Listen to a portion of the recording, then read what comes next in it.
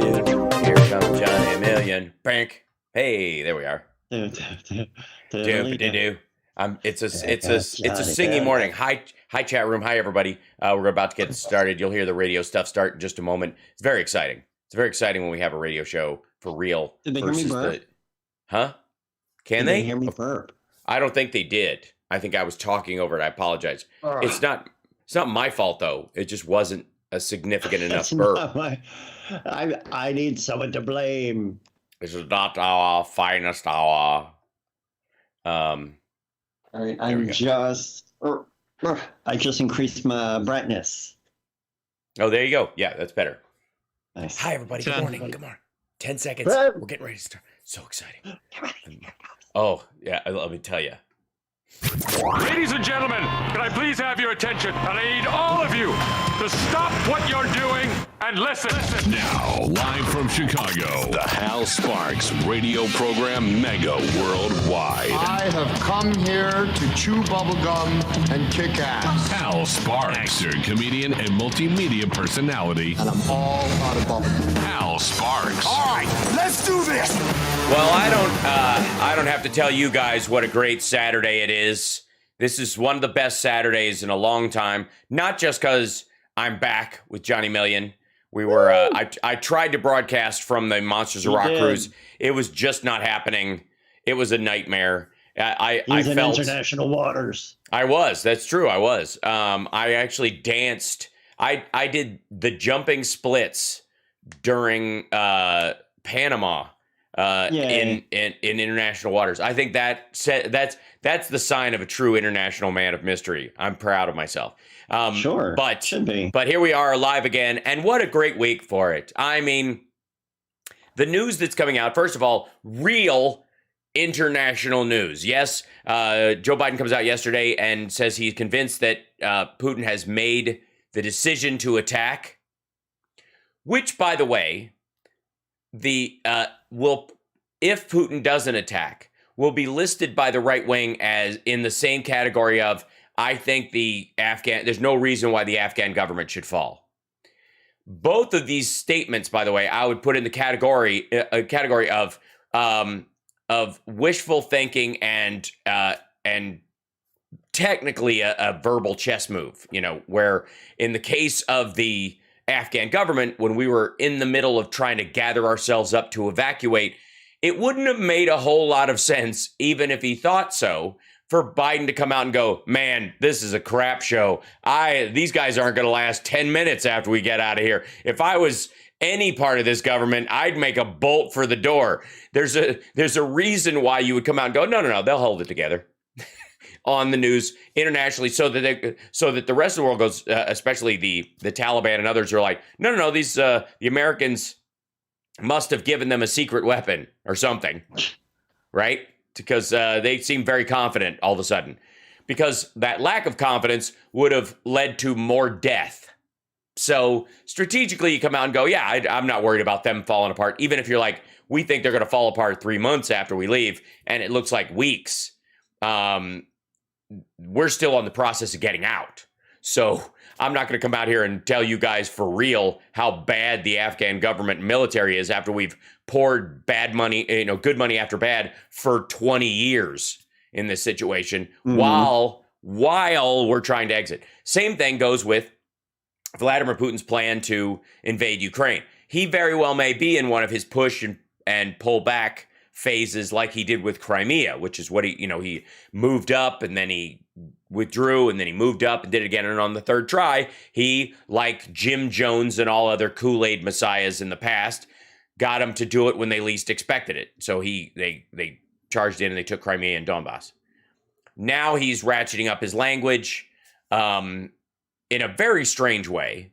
One of the things he said, the Kremlin has said over the last week, at least reported by the Pentagon, is that they believe, or they're stating that there's, oddly enough, genocide going on of Russians in Ukraine in the Donbass region. Big words. We better get in there. Now, here's the problem with the genocide part. is that there is no genetic difference of merit between Ukrainians and Russians. You know what I mean? You could say there's political violence, they're trying to drive out separatists, that kind of stuff. That would be, that if anything is going on at all, which I doubt, that would be the thing that you could actually claim with some sense of reality. But the idea that you're going to commit genocide against your cousins is odd. And has been part of, I think, Putin's problem worldwide with this as they've gone on. Definitely because poor word choice. Yes. Well, but they think it's the word that gets the world's attention, as it should. And as they say in the Boy Who Cried Wolf story, eventually the wolf did show up. Yeah. So it's watching this play out and watching it is my belief that were Vladimir Putin a United States president, the entire conversation internally in our country would be about how this is a wag the dog moment, that they have 13% inflation.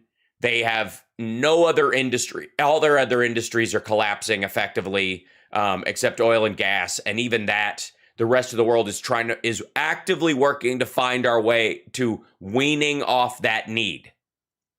Because beyond your belief about climate change, beyond your belief about the validity or the ability of current technology in renewables to carry the energy weight of modern society, beyond all that, the inarguable lesson of the Middle East for the last 30 years for a lot of Americans, especially post 9/11, is why are we relying on a resource we don't have enough of to sustain ourselves for, and the work that we do?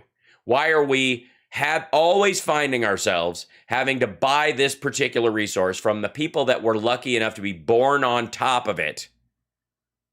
And they get to set the price, and they get to set the political standards by which it is exchanged.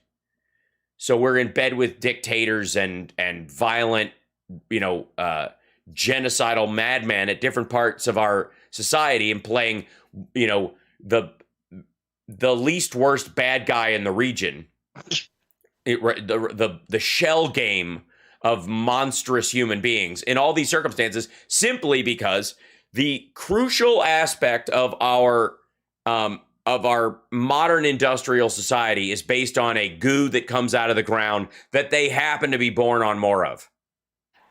And in the case of natural gas, I like how it sounds when you say goo. I'm not sure why. Thanks. Well, that's what it is, and I maybe it's just the visual aspect of the Beverly Hillbillies. Yeah, there's a little bit of Kentucky when you say goo. Yeah, that's true. It is. Well, it is where I was a baby.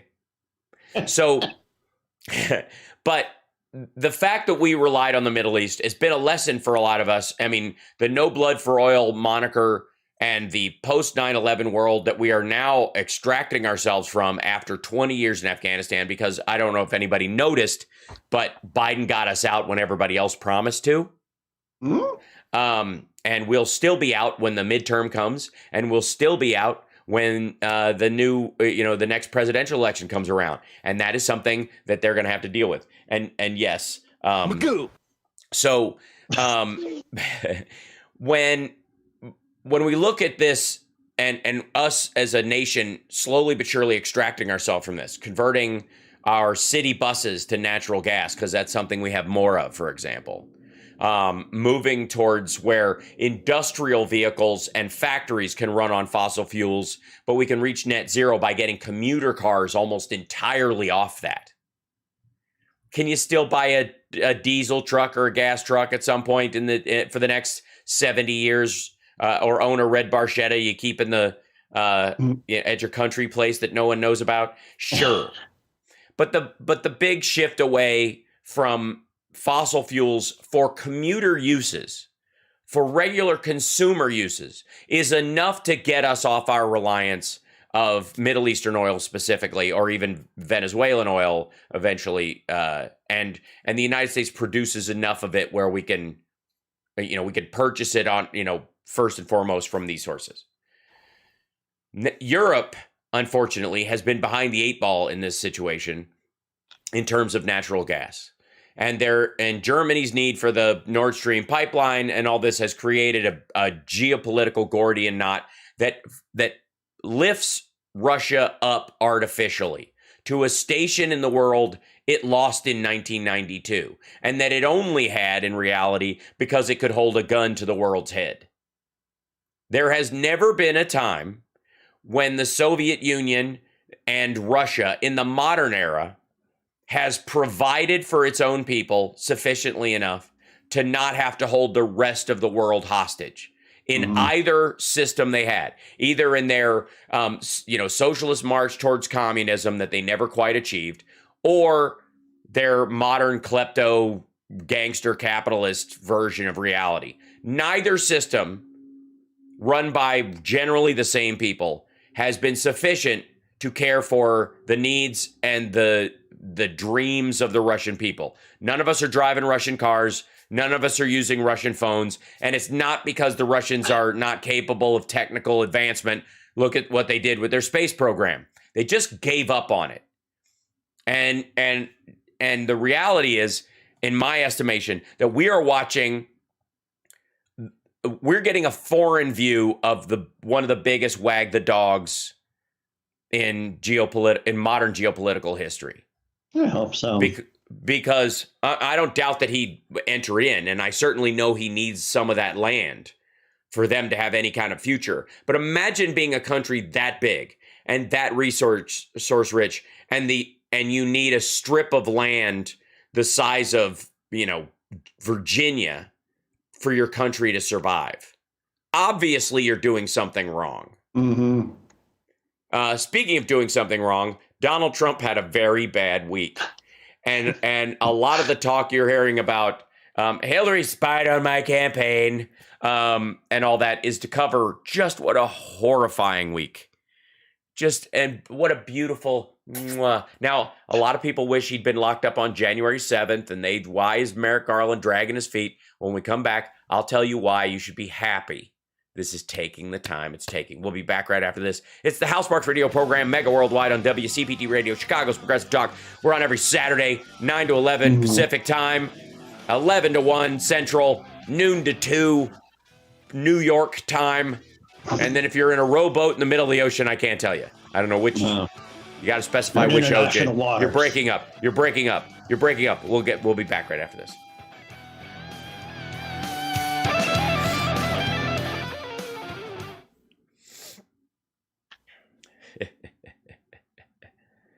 Oh boy. Hold on. Oh boy. Oh boy. Oh, skibbity the gay.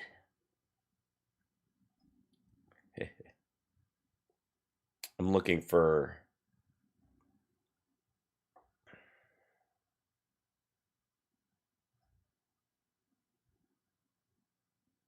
One particular. I think it's in the post actually. To find it real quick.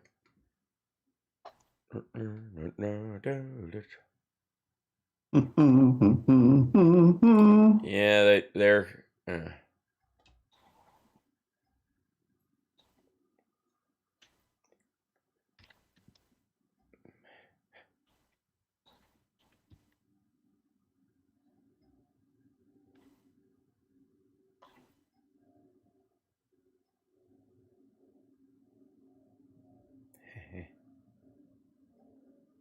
Yeah, looking for something real quick.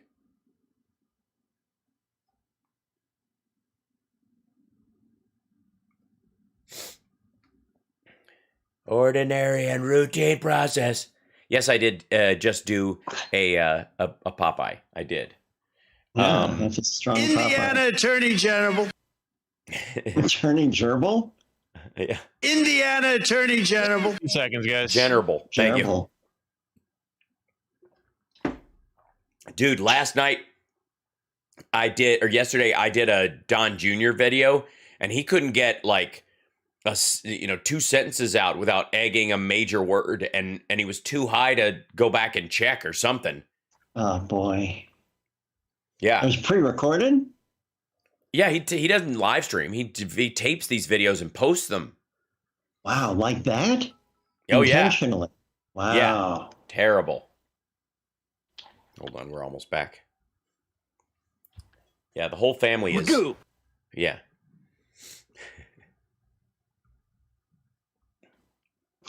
10 seconds, everyone. Excellent.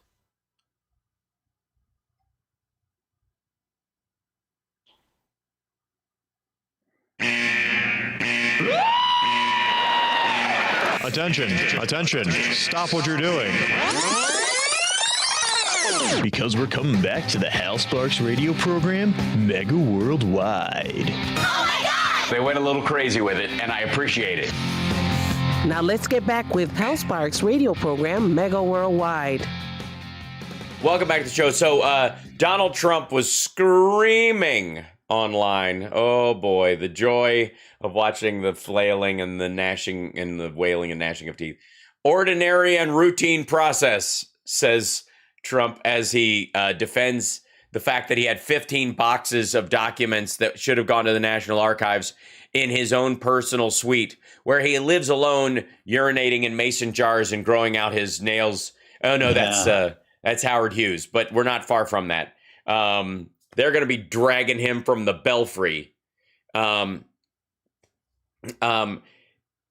the end of this, one would think. But we now know they found classified information in this stuff.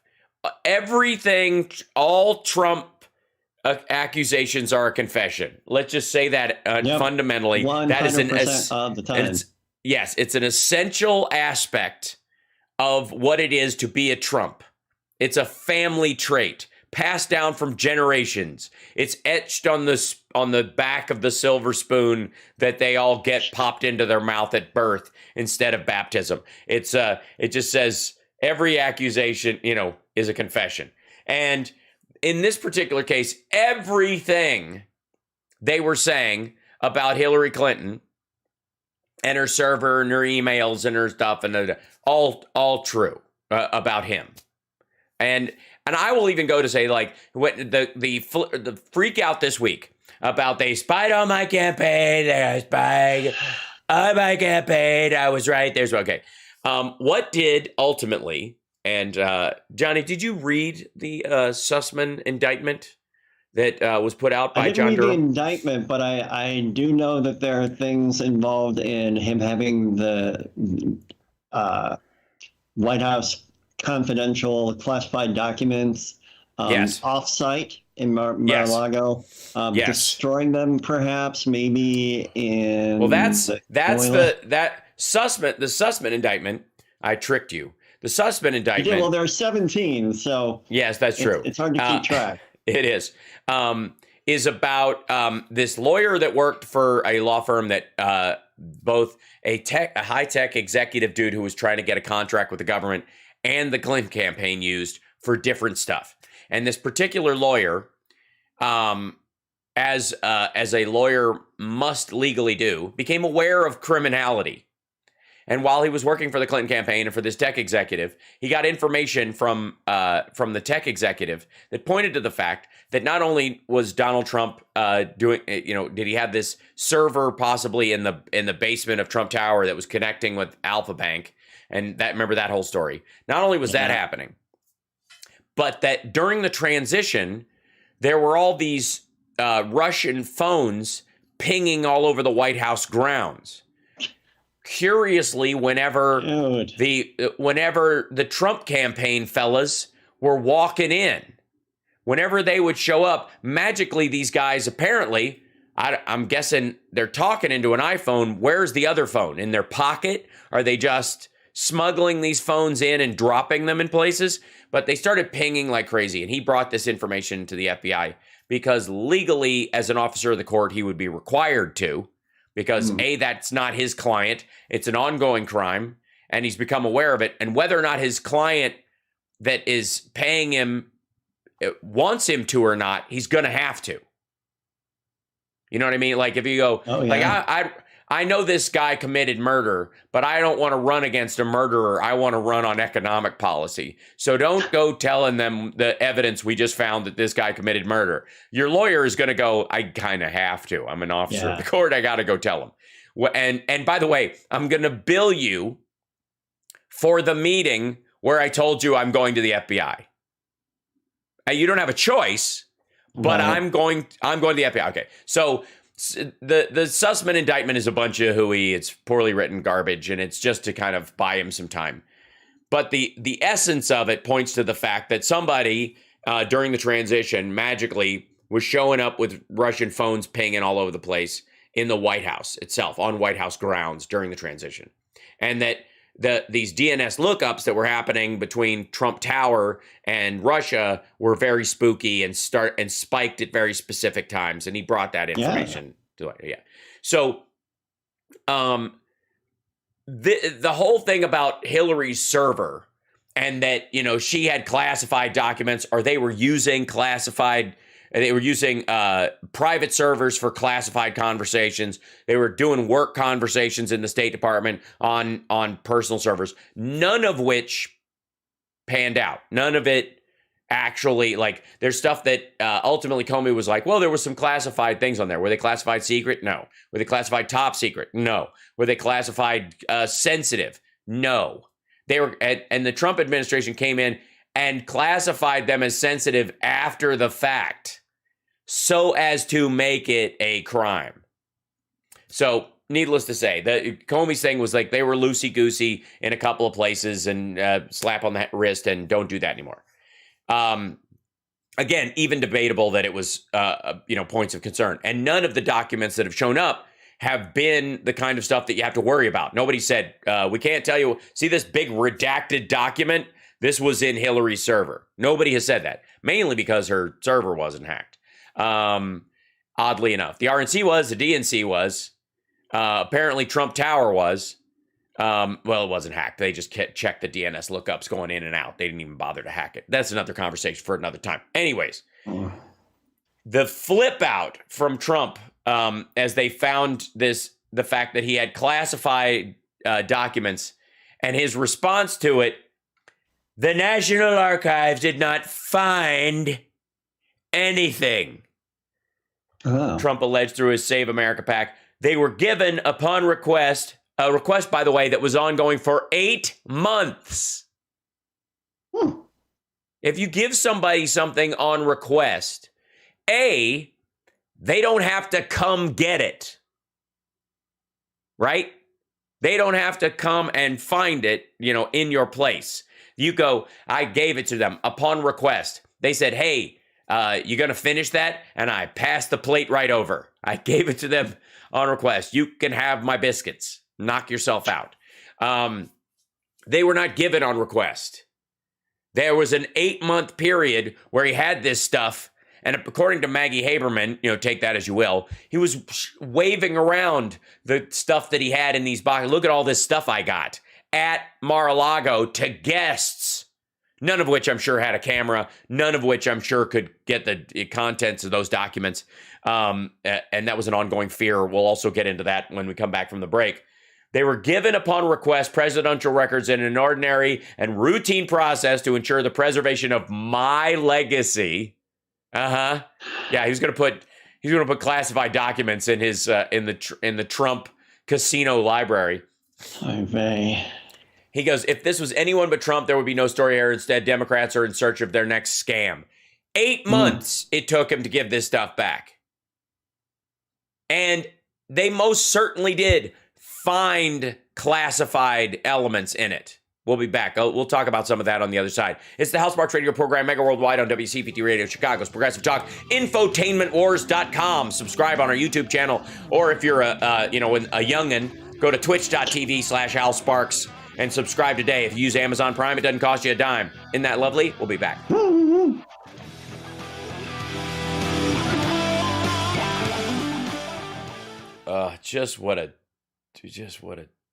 What a dummy.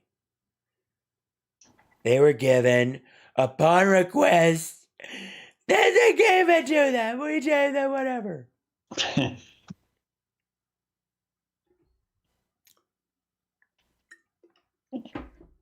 Mm-hmm.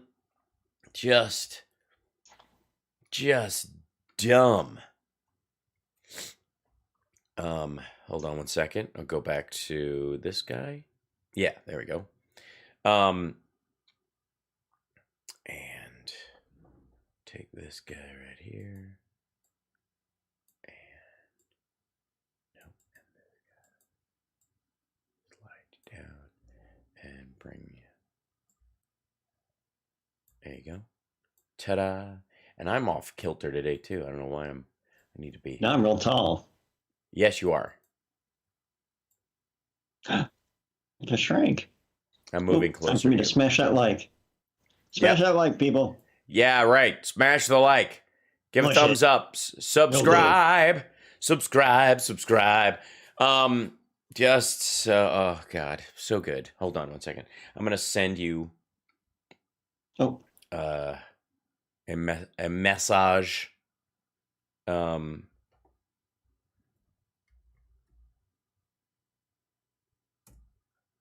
There you go. Here it comes. And then here comes another one. Just so you have what I'm looking at on your end. Rod's story always picks really good screenshots for him. Yes, they do.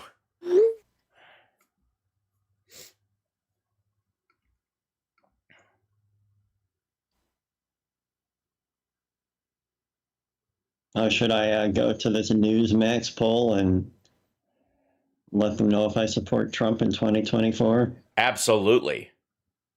Especially, when it comes on, for like Raw Story. It's so odd that like all their ad campaigns are mostly right-wing stuff.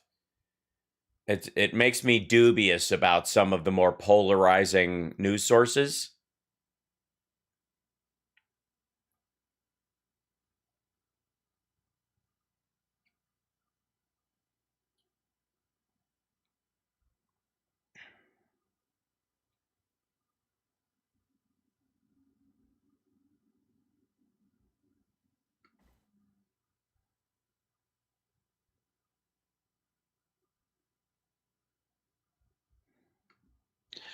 Okay. Well, they want go my back in a minute. email to be able to vote in this poll.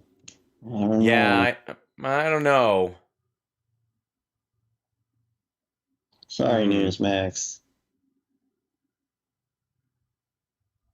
But how are you going to get Save America PAC emails? 20 seconds.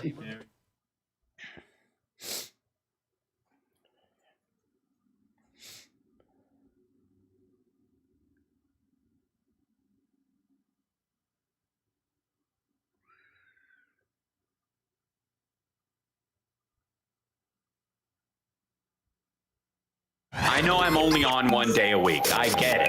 I'm going to have to jump on GarageBand and start sawing something together. This is the Hal Sparks Show. Wow. And a guitar note, and then progressive, and all that. Yeah, it's going to be good. Hey, Hal, did you mean something like this? This is the Hal Sparks Show. Wow. And a guitar note, and then progressive, and all that. Yeah, it's going to be good. The Hal Sparks radio program, Mega Worldwide. Yeah, it's going to be good.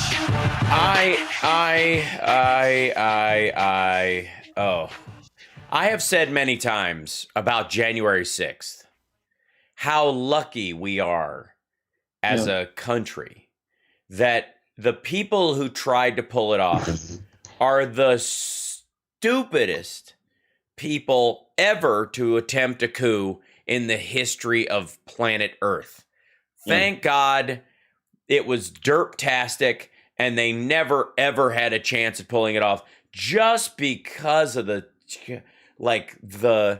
moronic level of the strategy around it, cake and eat it too tactical offensive where we'll have guns nearby and trucks, but we'll never have to use them because our buddies will help us and I'll get the National Guard and the National Guard has to follow my word as president. So I'll make them go down. Oh, Nancy Pelosi doesn't want them there because she doesn't want it to look like she thinks my supporters are crazy when I know my supporters are crazy. That eats into my plan. Like the whole, it's just, Did you hear? It's the big. Did you hear that the Bengals still have a chance to win the Super Bowl if Mike Pence has the courage? Yes, that's true. Yeah, it's incredible that the courts won't look at it. They've got lots of affidavits. I hear that Mike Lindell is going to storm NFL headquarters. So there has been, and I want to find this one piece, because you know the Trump Hotel in the old post office building, which is amazing. It's an amazing building if you've ever seen it. And Summer and I, my girlfriend and I, we went to D.C. for my birthday because we were supposed to go for the inauguration of Joe Biden, but because of COVID, we could not. So, and we couldn't cancel our flights or rather our hotel. They wouldn't give us a refund, so we had to move it. So the strategy was, okay, we'll move to a time when we want to go, and we made it my birthday. So we went into D.C. for my birthday, and we walked by because of where we were, and its proximity to the White House, that the Trump Hotel, the old post office, and it's an amazing old building. It's incredible. The exterior of it is fantastic, and the fact that it's a Trump hotel is just kind of pathetic and sad. But so he's trying to sell the lease of this thing for $375 million. Okay. Well, because he was dropped by Mazars, and because his getting the lease in the first place was predicated on the reassurances gotten from his accountants about his ability to, maintain the hotel and to actually run it properly and to pay off the loans needed to refurbish it, turn it into a hotel, because they had listened to the Mazars accountants, and that was why he got the lease. Well, now that Mazars has dumped him and disavowed 10 years of his accounting, that lease might not be valid anymore. His claim on that lease. So not only might he just not be able to lose it outright, he's not going to be able to sell it. And he owes like $170 million,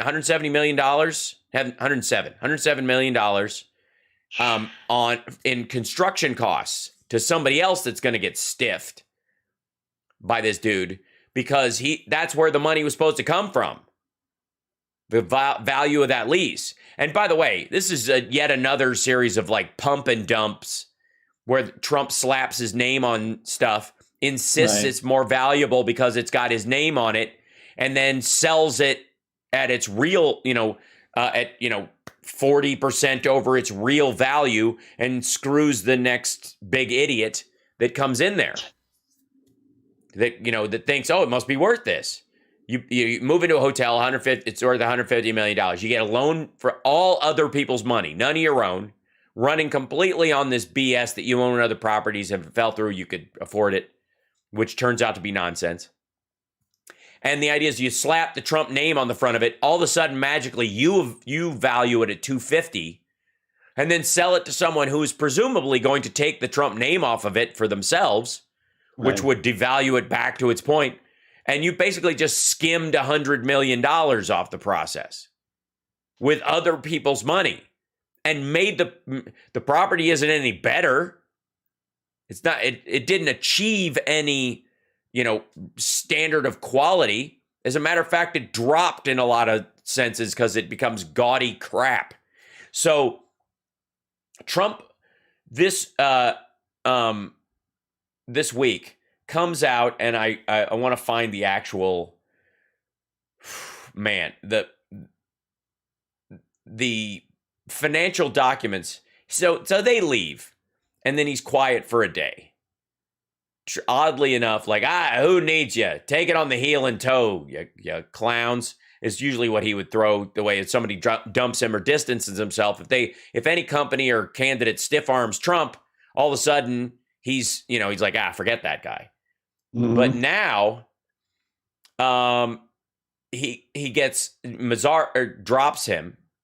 Mazar. I'm going to call him Mazar because the whole thing's very Mazar. He comes in and drops this whole thing where he's like, we got plenty of money. Our properties are amazing. This is incredible. Like we're worth even more than you think we're worth. And that's not so much a big deal, right? It's not out of the norm for Trump at all. That's something you would expect. The problem he has, and this is a rather beautiful problem, is that his attorneys had just, let me open this up and I'm going to put this on. His attorneys had just put a filing in with the court that said their entire defense against him being deposed in these tax and pump and dump scheme real estate bloviations that he told the bank it was worth a lot of money, told the IRS it wasn't worth crap,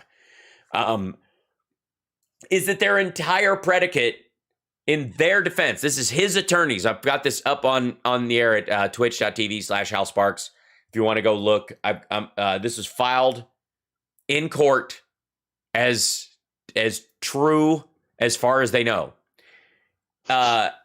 Every part, this is, people of the state of New York, petitioner by Letitia James against Trump Organization and all their holdings and everybody in it, including DJT Holdings, which I think is his rap label, DJT Holdings Management Member LLC, Seven Springs LLC, whatever that is. That sounds like a sidecar. Eric Trump, Charles Martabano, Morgan Lewis, and Bokius, which is one of my favorite comedy teams after Martin Lewis broke up.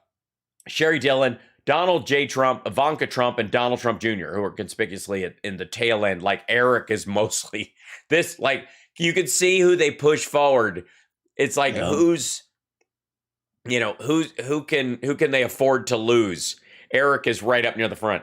All of their preliminary statements, one after another, are based on denies knowledge or information sufficient to form a belief as to the truth of the allegation set forth in paragraph 1 of the supplemental petition. Number 2, denies knowledge or information sufficient to form a belief as to the truth of the allegation set forth.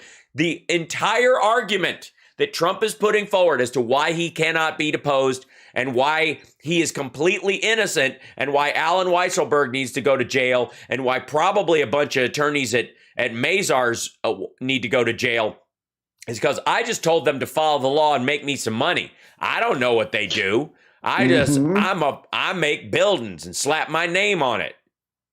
That they are running with this. Basically, they're running on an insanity defense, and Trump just came out and released a statement like, not only am I sane, but I'll take any sanity test you want to put in front of me. I'm the most sane person that has ever lived. As a matter of fact, it's the courts that are crazy. I'm the only person who sees this for what it is. He's arguing against his primary defense in court. And I need you guys, everyone within the sound of my voice, to understand how absolutely beautiful this is. How just chef's kiss wonderful this is. Because there's so much wiggle room in New York real estate and in tax law and big corporations that have this kind of money slushing around where you can get away with a lot of this stuff if you just keep your story straight. If you pick one of these stories, you'll get a fine that's, the equivalent of getting your nails trimmed. You really will. But you gotta circle the wagons. And every time one of these stories breaks, what do we hear around the media? Like, the Trumps are all gathering together today to get their story straight. They're all gonna... No, they're not. They're not smart enough to do that. Grandpa's dead. Fred Trump, the patriarch of the family who created this whole business and actually knew how to run stuff, who actually did stuff, is gone. and his namesake son has passed away, and so his second son, the Eric of Fred Trump's family, is running the entire organization into the ground. Nothing has been profitable. All Donald Trump does is screw up. He's basically he's a great example. He's almost a historical example of how you can be born with every advantage and still blow it. Yep. Blow it terribly. And this is no different.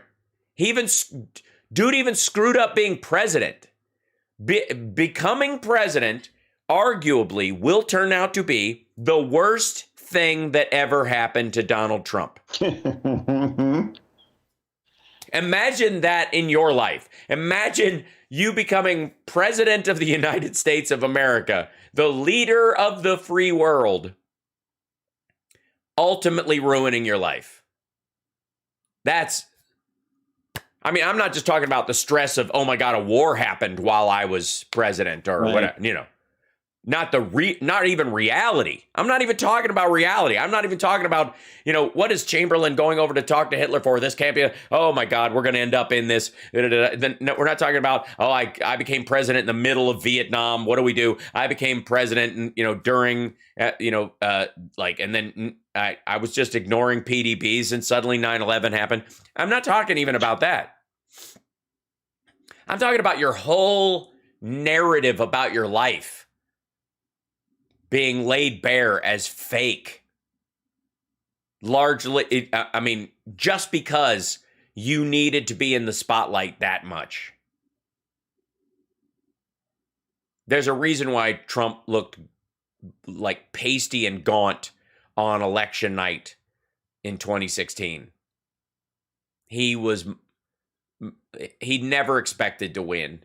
He does way better running as a loser, who should be the winner, right? Because that's always been the narrative, right? And look at him even now. That he's having more success running as I should have been the winner than actually having to do the work of winning. That's always been the narrative. And he's going to screw that up too. Because all that money he raised, remember, John, well, we got to take a break, but remember that money, $300 million between Election Day and January 20th that he raised?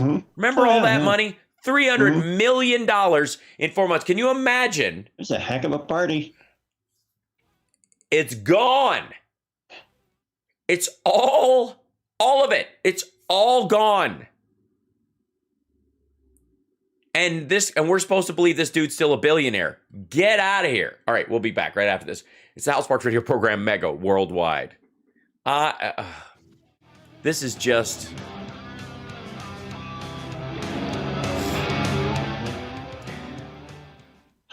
I have to post this. I have to post this document. I got to share this on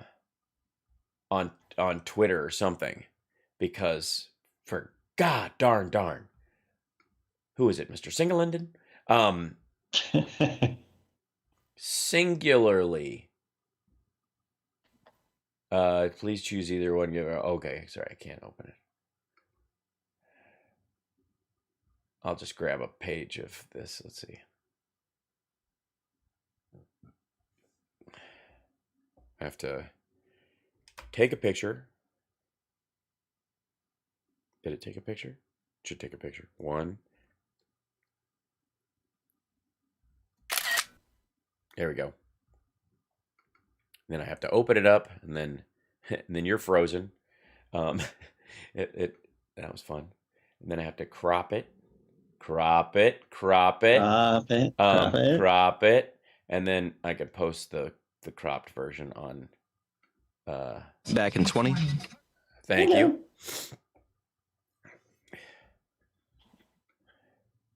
Get out of here, and then you go, and then take the screenshot, and then we go over here to Twitter, and we drag the screenshot over.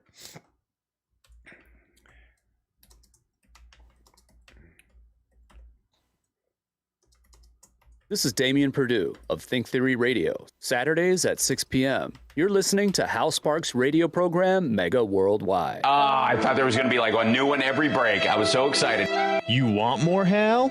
We'll give you more. Hal Sparks' radio program, Mega Worldwide on Chicago's Progressive Talk, WCPT 820. Hoo-yah!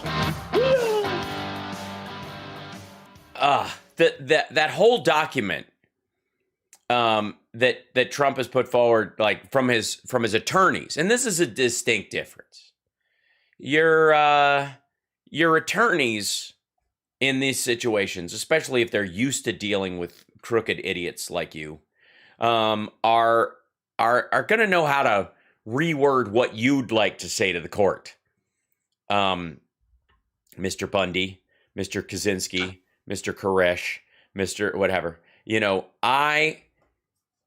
They're going to do their best to kind of throw themselves in front of, you and the oncoming train you insist on kissing in court.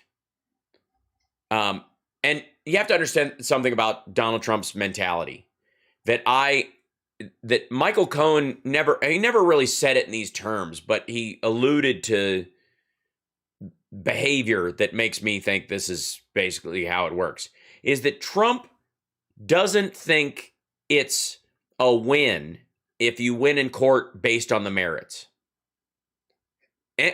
Innocent people winning in court, why would you get points for that? You're innocent, right? The burden of proof is on the state. Anybody who's innocent can get away with it. Like that's Trump. What shows you're really smart and got skills is if you're guilty as hell and you get away with it. Oh yeah. It's become such a point of pride with him that it's how he operates. So he puts out this statement. This is about where is it? He puts out this statement about the National Archive folks didn't find anything, right? They didn't find anything. Well, of course they did. It took 8 months. You wouldn't give them the boxes. And when you finally gave them the boxes back, some of the stuff in there was classified top secret. They did find stuff. You didn't go, all right, I'll give you the top secret stuff, but I'm keeping the unclassified stuff because I want to put it in paper, in glass frames, that you can rotate in my library at Mar-a-Lago, which is basically what's going to happen. Like, watch for Mar-a-Lago to be turned into the Trump library, just so he can salvage the property. But, this week, and this is one of the most beautiful aspects of it, Trump and the kids were ordered that they have to be deposed, God willing, on camera. In this, because everybody else has to. That'd be amazing. So amazing. And I mean, honestly, what's it going to be? It's going to be him pleading the fifth and going, I don't really know. I don't really remember. I don't really know. I don't really remember. While the attorney for, while Letitia James or one of her attorneys that works with her will be sitting there going, can I play a tape for you where you say you have the best memory and you point to your actual head multiple times? Where you have the best words as well. And now we all know that that's not true. What we are doing is assuming you're believing in atmospheric filth. Trump doesn't actually have the ability to, I have to move this over here so I can actually use it in a way that I can see this. Does not have the best words. Action replays in magnified fortune. And we all know this. If you live in America, or as Trump likes to say, God bless the United States. Thank you very much. That his attorneys are trying. Yeah, that's right. These listen to all these Biden quotes I have. And I was, part of a family that was very well knit.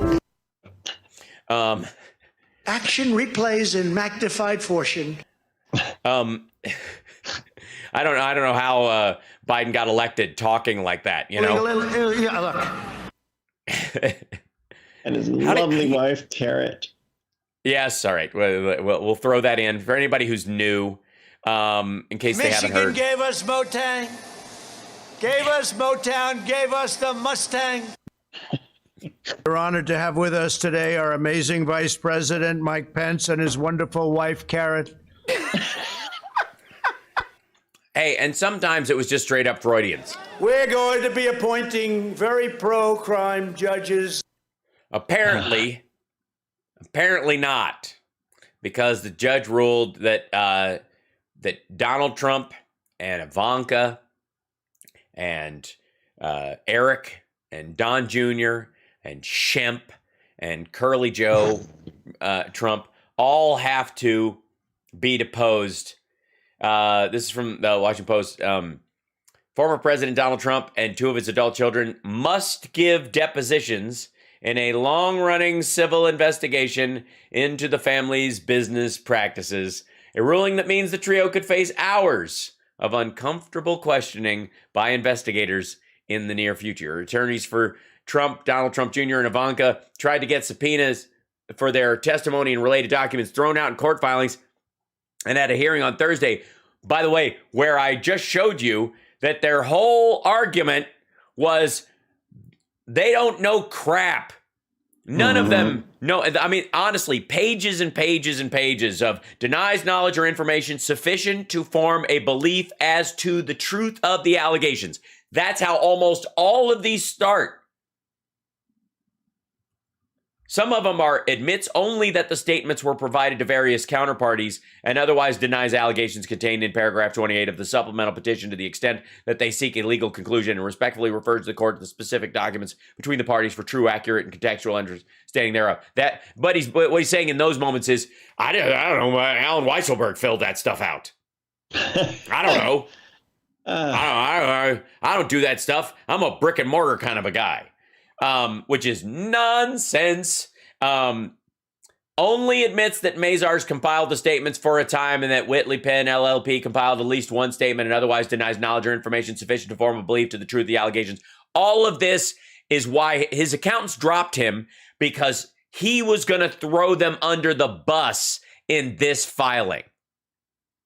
More than likely, his attorneys know Mazars or had to give them a heads up that this is all landing at their feet. And so Mazars didn't just out of the blue disavow knowledge, belief in 10 years of his financial statements.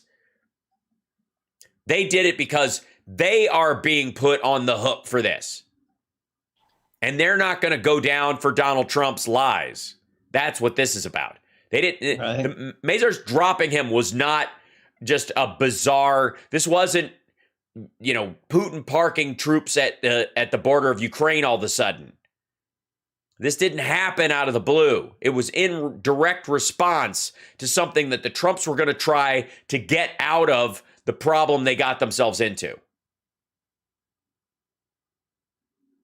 There is no way that a company as big as Mazars is going to, or any of these other companies for that matter, is going to just let him insist that it's their fault. That he was lying this whole time about the value of his stuff. And then all through this, pages and pages and pages and pages. I don't know enough to even be able to testify. I don't know where they put, I don't know how this stuff works. I don't know what what buildings do I even, are any of these buildings even mine? All this stuff. They're arguing in court. Meanwhile, Trump is putting out statements, publicity statements, effectively saying, I know every dime my company has. I know where it is, and I know its value. And as a matter of fact, a lot of its value is based on what I think. Boy, oh boy. So you might want to depose me on what I think. And the idea, and by the way, I've just decided that this show is the biggest radio show in the world. Just so you know. Sure. I've just decided. Since you can do that now, we got to take a break. Yeah. We'll be back after the news. It's the House Sparks Radio program, Mega Worldwide. Infotainmentwars.com. Who needs the documents? We'll be back right after this.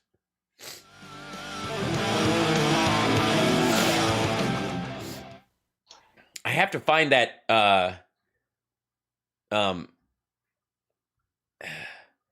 he put out that document, and I don't know why it's missing. I was reading it earlier. It's going to drive me crazy. Are you saying you don't have the documents?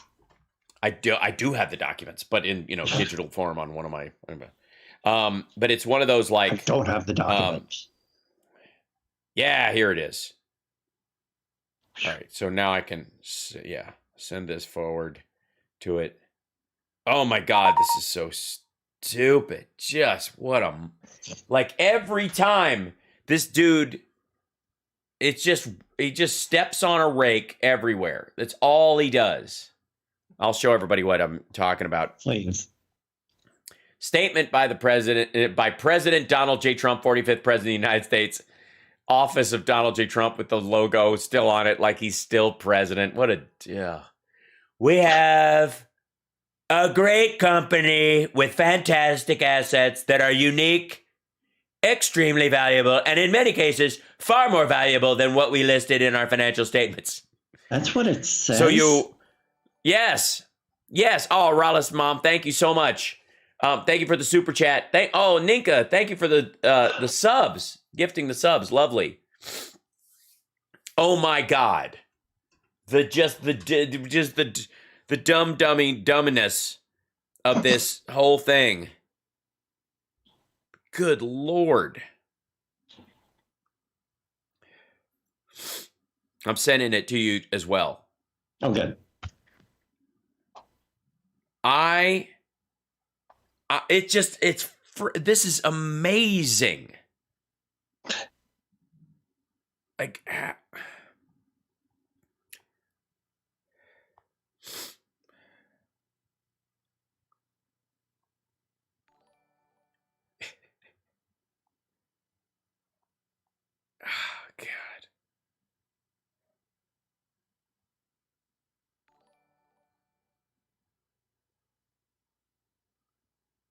Okay, add a photo. And then we take this. And then we take that photo. And then we send that photo to there. Send that to my Mac Pro. There we go. And then there's another one that I need because I need to send it for later for my other videos because everybody's been talking about. Oh, God. And I'm sending a picture to you, Johnny Million, just because you need to see this. I may have already, okay. if you're catching me bragging. There it is. That's a nice one. Oh yeah, you met my friend Spooner. Yes, that was so great. Like, I finally met Hal. Yeah, that was so random. He's like, we have a friend. And I was like, who? And I don't know why, but I figured he'd bring up somebody that was on the boat or whatever. And then it's like Johnny Million. I was like, get out of town. That's a wonderful thing. I was so excited. I'm like, yes, on the Monsters of Rock cruise, of course. When he's always on those things. When I asked Lisa, I was like, guess who Hal ran into on the cruise he was on? And she was like, Dave Stonage. Yep. Yep. That was so great. Yeah, God, that was so funny. I have to, I need to blow these. Will this allow me to? Nope. I hate that.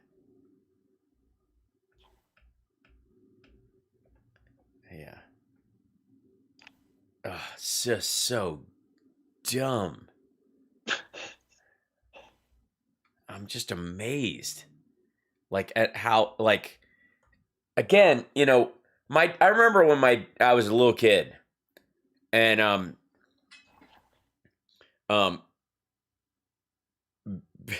my dad once said, if you don't think God loves stupid people, look at who he gives money to. Radio program, Megaworldwide. I've had people walk out of me before. Who's born with money. I was being so charming.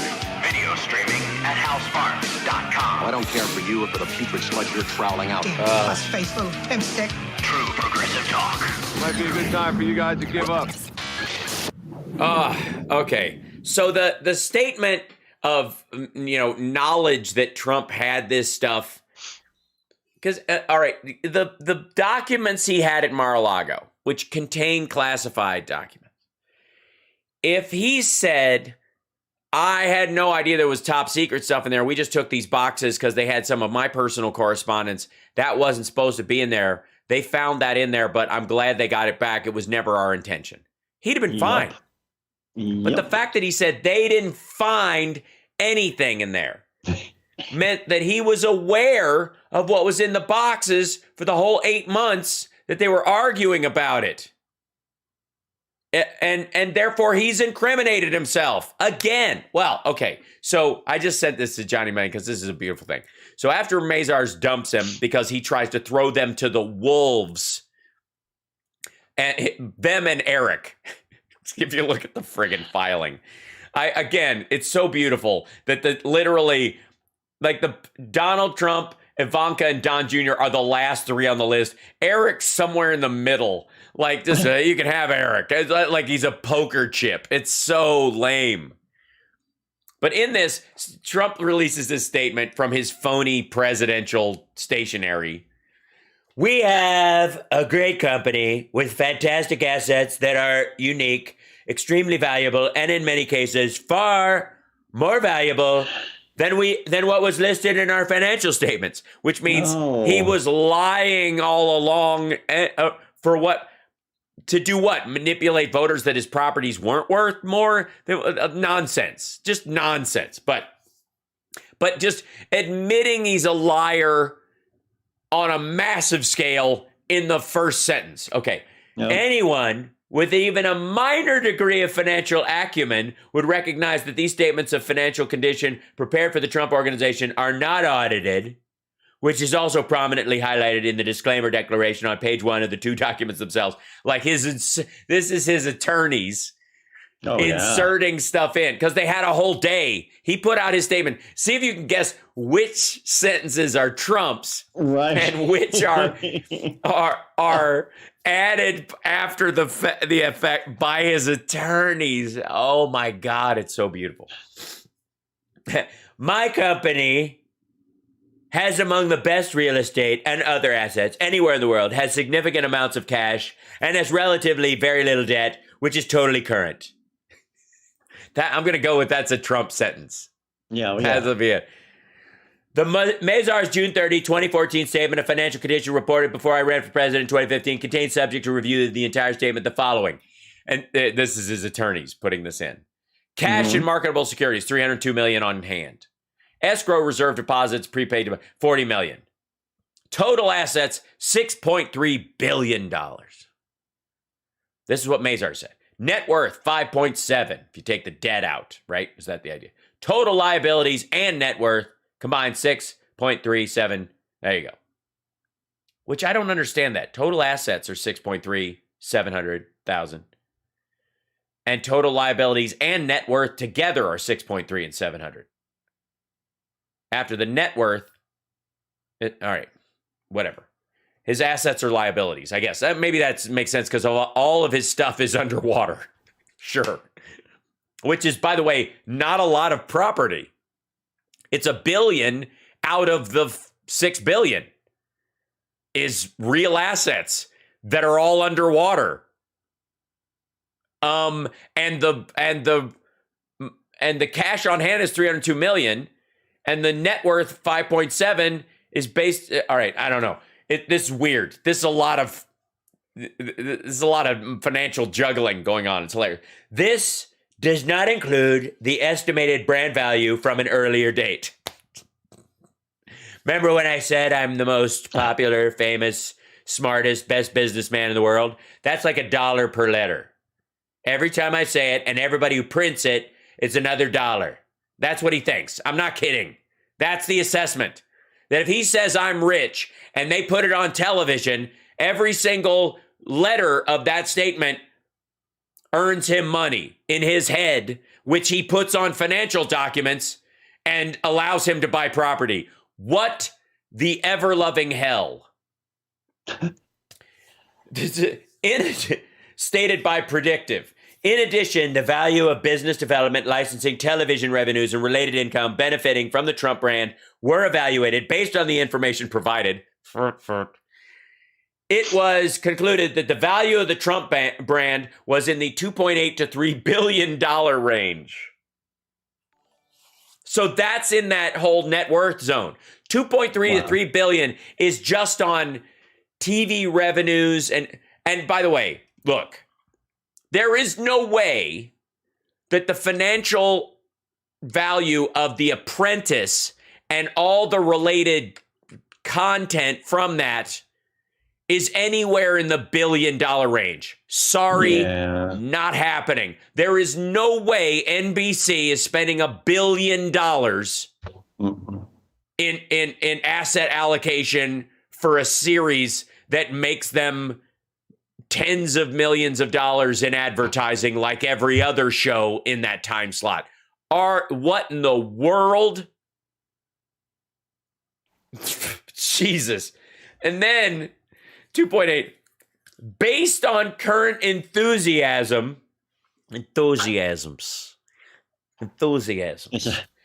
and transactions which have or will take place, the brand value today could be, in my opinion, substantially higher. But even at the low number, this would impart a net worth of approximately 8 to 9 billion. Remember, when the attorney general and or district attorneys say they think my financial statements may be high, I don't even include these branding numbers in them, which is far more than any discrepancy they may have, if there is a discrepancy at all. This is crazy. This is not even in the zone of like, wow, the structure of financial like hedge fund, the way they weigh against puts and options and futures buying against the bond yields. This is not even in that.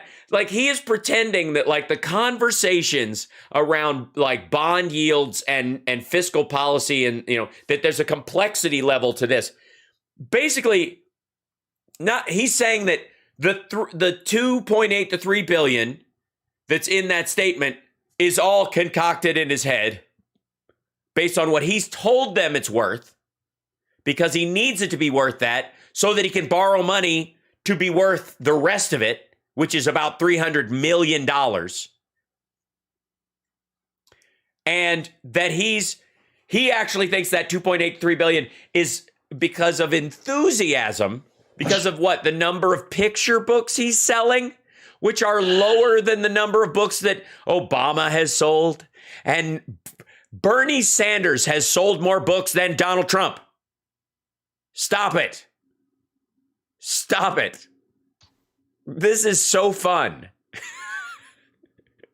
Because and if only the rest of us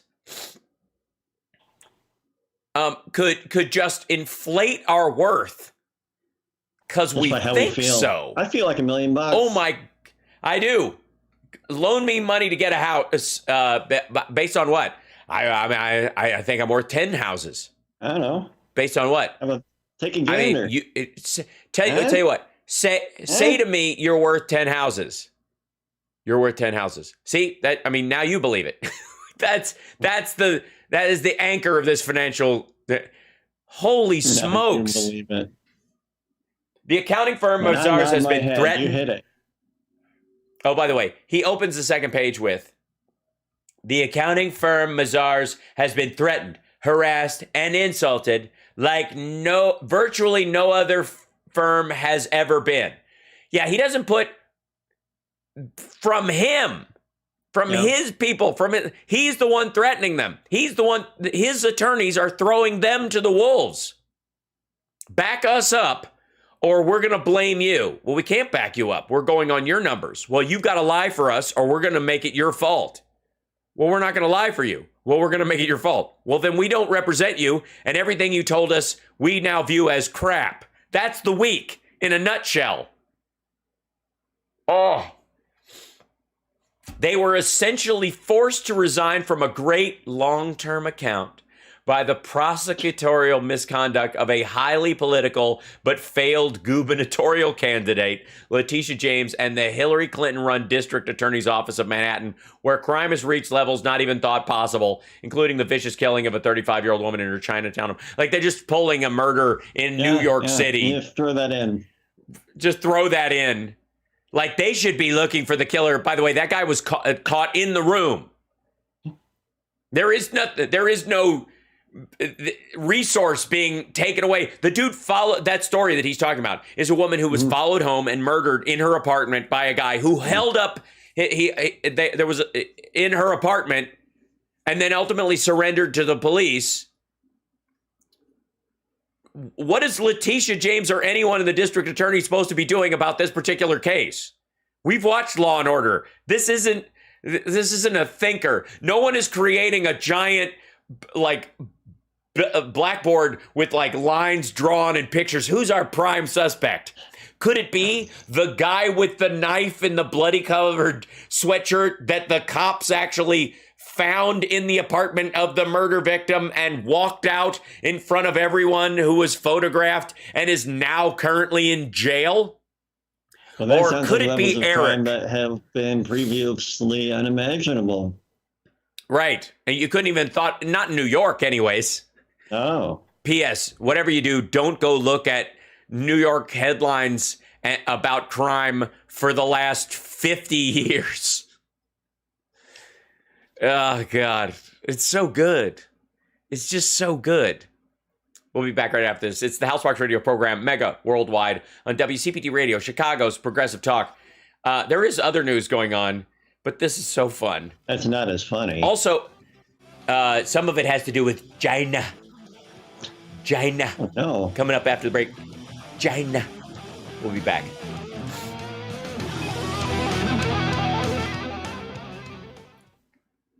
Oh, so funny. So funny. And again, the fact that the maggots are all in on this dude, that they think he's on their side. Yep. Oh yeah. That's the part that amazes me the most. You know what I mean? Like when like there's a big like Catholic priest scandal or some scam evangelical, and you could see people struggle as Christians to hang on to their faith in the face of this. But the faith supersedes. No, it does not. No, there is. They're incapable of separating him from even their "Make America Great Again" concept.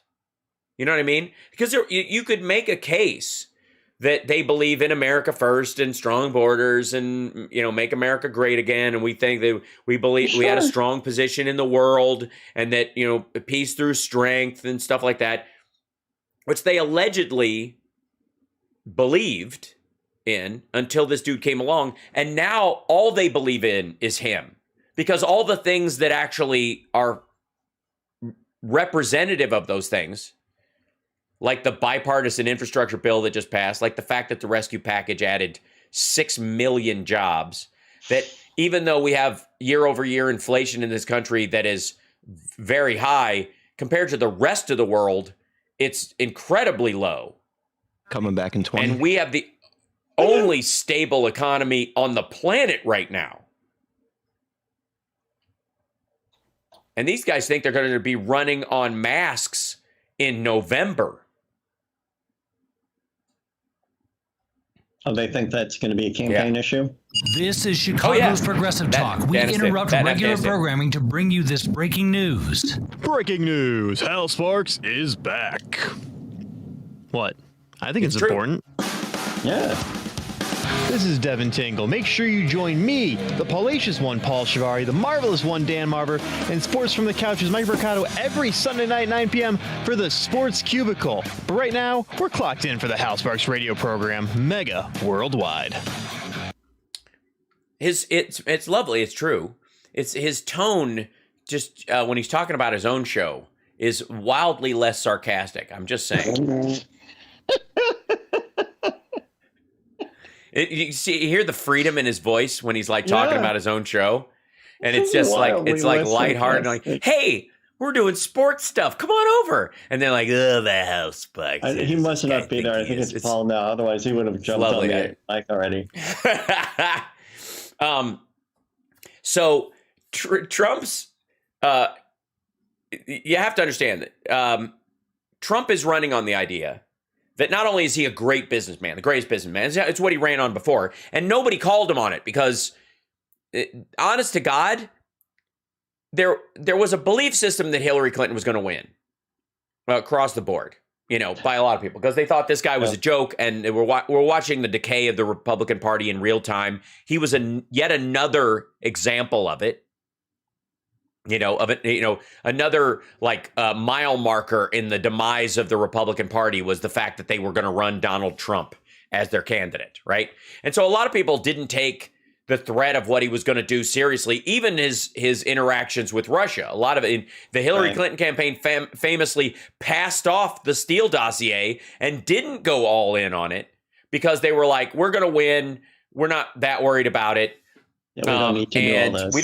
We don't have to bring this awful up. Just if there was any sanity in the country, the Access Hollywood tape would have disqualified him within the Republican Party a long time ago. If only. And yet here he is. His statements about John McCain, when I really thought that was going to do it. Right. Gold Star families, everything about him that which contradicted the alleged values of the Republican Party for a long time. And we've known for a long time they're hypocrites. But the idea that their hypocrisy, they were just like, no, we're just, not only we're okay with it, we're going to run on hypocrisy. Yep. Yeah. So the idea that he's a businessman of any merit has always been hilarious. It was a joke in New York. The power of the show The Apprentice, and especially The Celebrity Apprentice, was not that, oh my God, these people are having to compete against one of the greatest business minds of our time. Mark Cuban was not the host of this show. It was the whole purpose of the show is that it's embarrassing.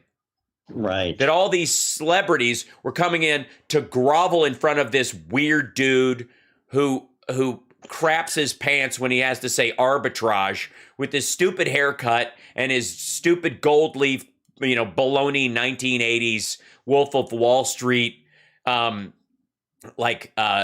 theater version of American Psycho lifestyle. And so it was sort of embarrassing to see all these people, set up a lemonade stand in front of Trump Tower and stuff like that. It wasn't because they were like, oh man, it wasn't like Shark Tank or something where people are going to get ahead in business, actually get an investor, actually learn something, actually partner on something. The Apprentice, I can't express this clearly enough, was a joke. The premise of it was like Rock of Love or Flavor of Love, but for business. And it was closer to Flavor of Love because Flavor Flav famously is one of the only people in the United States that has his own VD. I don't know if you know that. And he has a strain of genital warts that made its way to market. Yes, true story. Made its way to market via the people that he slept with on Flavor of Love. Oh my! It spread, yeah. So he was like patient zero for a specific form of genital warts, and on a financial level, arguably that's what was going on with Trump. Trump's financial. Yeah, his Flavor Flav slept with Donald Trump's accounting books, his financials. I knew it. And Trump has his own form of financial genital warts that are cascading through everybody associated with it. And they've all caught it. Mazars, Deutsche Bank, everybody who laid down in bed with him got this particular nastiness that's specific to the Trump thing because it's new. It's not like Enron or some sort of pump and dump scheme. This is very unique. It's fantasy financials. Yeah. It is financing through PR. Literally, your bank account houses much money in it as you say it does. And you're right, everybody. That is a grotesque analogy, but apt, I would say. And so it shouldn't surprise anyone that and we started off the show today talking about how every accusation is a confession from Trump world. That he always said that Biden's in the pocket of China, and he is the only person pushing back against them because they didn't give us 10 cents and tariffs and blah, blah, blah. Meanwhile, Trump downplayed and told Bob Woodward this specifically, downplayed the threat of COVID for months, ignoring it effectively because he wanted to finish his deal with China. A three-part trade deal that he wanted to set up in lieu of TPP, which was originally set up to corner China, effectively push back against their hegemony in the entire, Indo-Pacific region, suffocating countries like Vietnam and India and South Korea and Japan, and especially Taiwan, which is a country. The TPP was meant to be an alignment of those, a trade deal with those countries to keep China from undercutting them by manipulating its currency and manipulating the labor costs to basically choke them out where they could not compete on the world stage. Trump comes in, wipes out TPP. His magic bank account, which had no money in it, been sitting there for a while, magically has $17 million in it. He, like any billionaire, immediately takes out $15 million in spending cash from it. And then suddenly goes to work on this ATM for that one. It must be crazy. Like Eric and suitcases just walking away from banks. He then forms this deal with China, right? And these tariffs that allegedly the federal government, the taxpayer, is giving money to farmers to keep them afloat while he's doing this stuff. And then slingshots this big sale of beef, corn, and soybeans, right? The biggest order ever. Remember that business. While our people are in food lines. And he downplays COVID during the negotiations for this three-part trade deal, of which only one part was signed, of which they have only done a third of their obligations in that. And all of it, food they were already going to buy. China is on the hook. They need imports for energy and food more than any other country in the world. They have ruined a lot of their arable land, and then the rest of it has either been flooded or is artificial to start with. They're in big trouble. They need food from all over the world. Supposedly, according to Newsmax and all these places, they're buddy-buddy with Russia right now. Meanwhile, Russia's military is having to run off Chinese fishing boats nonstop because they don't care about international waters. Same problem with Africa. Africa has now found itself as a continent surrounded by Chinese fishing boats. Just enjoy the highway project that you'll owe us for later, by the way. But don't get mad at us when we're scooping up all the fish that you need to feed yourself. So, I didn't realize we have callers in Chicago. Didn't tell me. We'll do that after the next break. Okay. So we'll have time for this. Meanwhile, as a little reminder, and I have this up on infotainmentwars.com, Politico is reporting that the White House and Democrats are proposing a new economic rules for doing business in China. We are in an economic war, says the White House. As White House Congress weigh new oversight of U.S. investments in China. The proposals would mean unprecedented federal oversight of American business abroad in China. But supporters say they're needed to combat China's economic rise. No, they're not. They're necessary to combat Chinese infiltration, the Communist Party, the government's infiltration of these investment structures and the companies themselves in a way to siphon money from us and from the European Union and everywhere else. American businesses seeking to operate overseas typically face few barriers from the U.S. government, but when it comes to China, a bipartisan group of lawmakers and the White House want to change that. Now, was this bill possible when Donald Trump was president? Was there anything about this that was impossible while Trump was the president? Any of it? Did it magically become possible the minute Biden, all right, I guess we got to do it now? No. Trump could have done this, but he didn't. He wouldn't. Same way he wouldn't, he carved out exemptions for Buy America so that they would benefit Ivanka's products. The same reason we could have gotten out of Afghanistan. Nothing changed in Afghanistan in the 4 years Trump was there. Nothing. And he stayed the whole time. We'll be back right after this.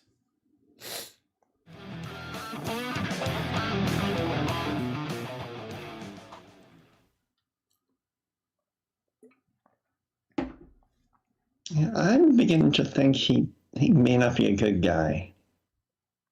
Trump? Yeah. Yeah. Well, I mean, and he's too stupid for this to be his own strategy. That's the thing that's obvious, which is where you get Trump's on the take. Trump, is doing the bidding of other people. That's where that theory comes from writ large. Because quite frankly, there's nothing in it that thinks, oh, he's playing Putin. He's playing Kim Jong-un. He's playing Xi Jinping. There's nothing in his strategy or what he's put forward, even in his past investments from Trump stakes to the casinos, that makes you think, the tipping point is that, he's outsmarting them. No good endgame for him. It's everything that he brought up at the Republican National Convention that time, when all of his talking points changed to be Russian talking points. Rallis' mom says, super chat, she says, Trump's tariffs destroyed my family's 80-year-old blueberry farm in Garland, North Carolina in less than a year. And that was, again, big agribusiness wanted him to do this. Because they would have been, so they could scoop up, been exported. Yeah, and you could scoop up the small farms. The reason why people think Trump is a useful idiot or an asshat of Russia is because nothing that he has done shows any kind of strategic ability to where he's actually going to benefit other than just a payoff. And they know that. And the funny thing is that, Don Jr. a few times in the videos that we've covered has done these things where he's going, they think my dad is a spy or a agent of Russia. We're like, no. That would entail skill or worth on his part. He's a useful idiot. He's an asset. That's it. They don't expect him to do something clever. They expect him to do what he's told in exchange for some sort of reward.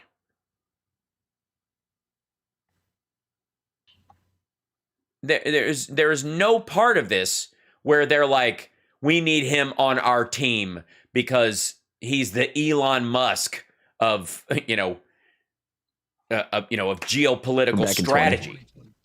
And do we have callers, Chicago? Yes. I got to screen the second one, but first up, we got David from North Miami Beach. Okay, great. Cool.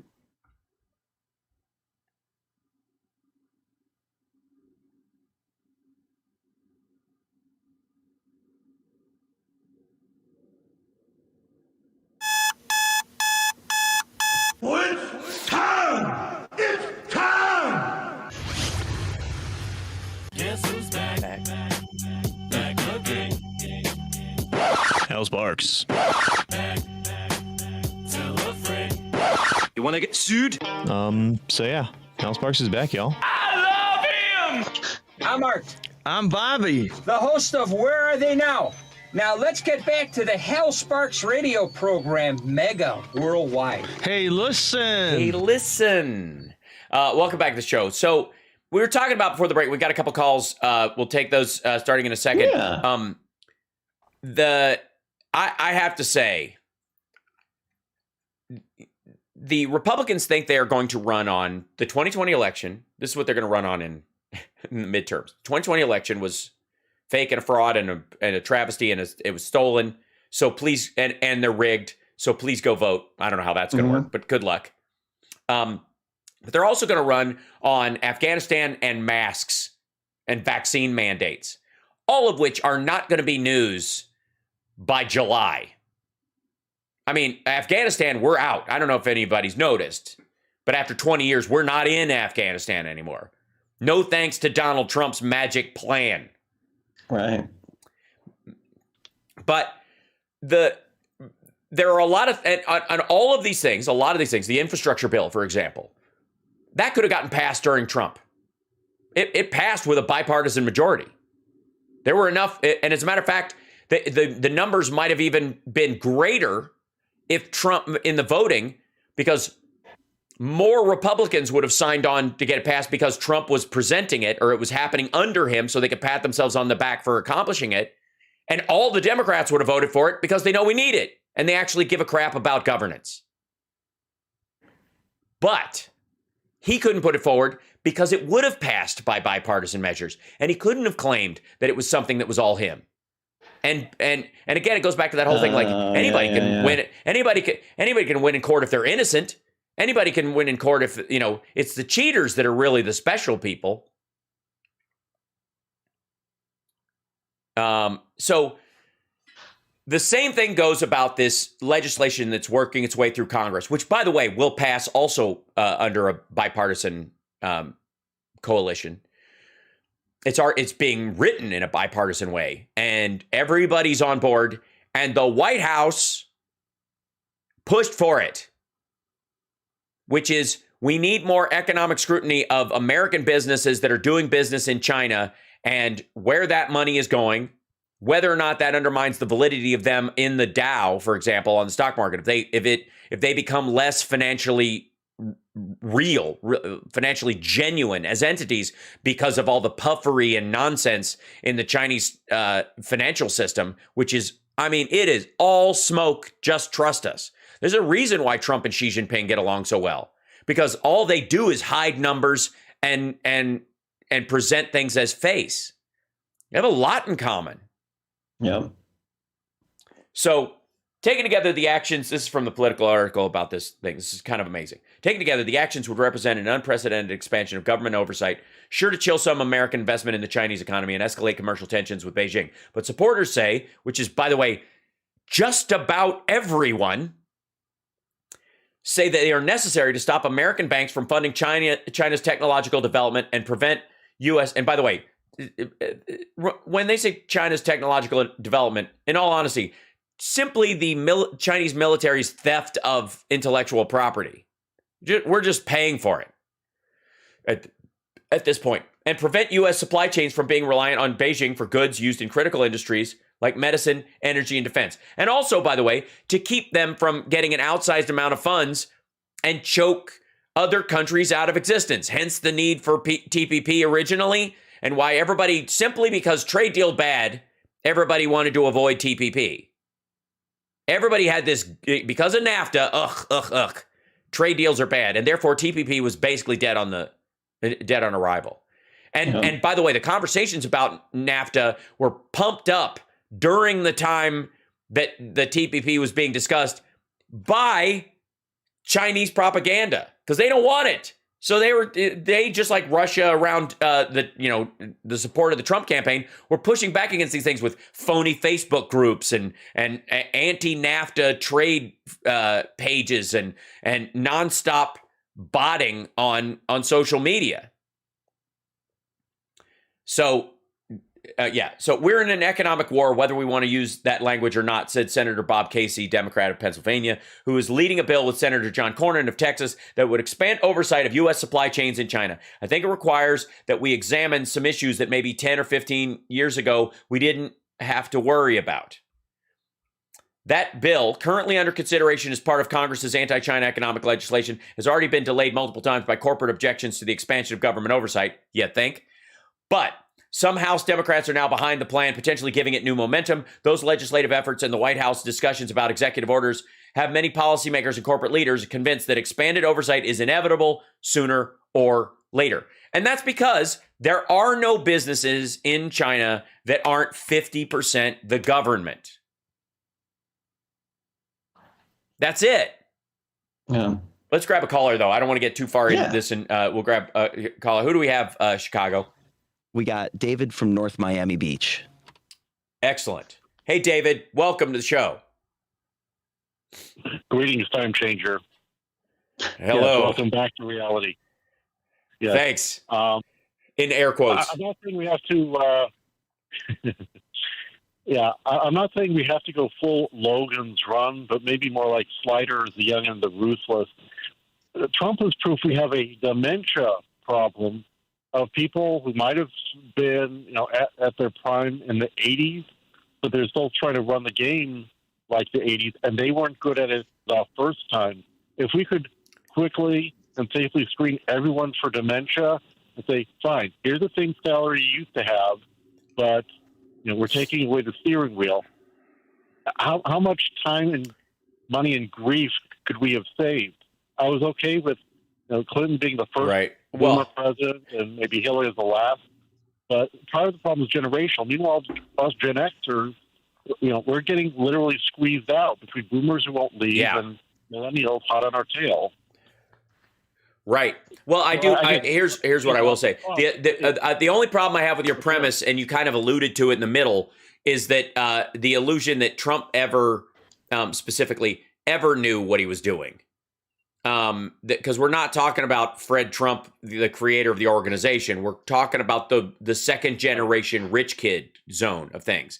And that's a wholly different group of human beings. And they're right. And no generation is free of those kind of people. True, but they had all the benefits, and a lot of them squandered it bigly. Have you seen the show Hardcore Pawn, where the patriarch thinks he knows everything? It's like a working class version of the Trump family. They think they're so smart, but they're their own worst enemy. Yeah, I mean, there's plenty of that to go around, but I don't take what reality television tells me as reality as.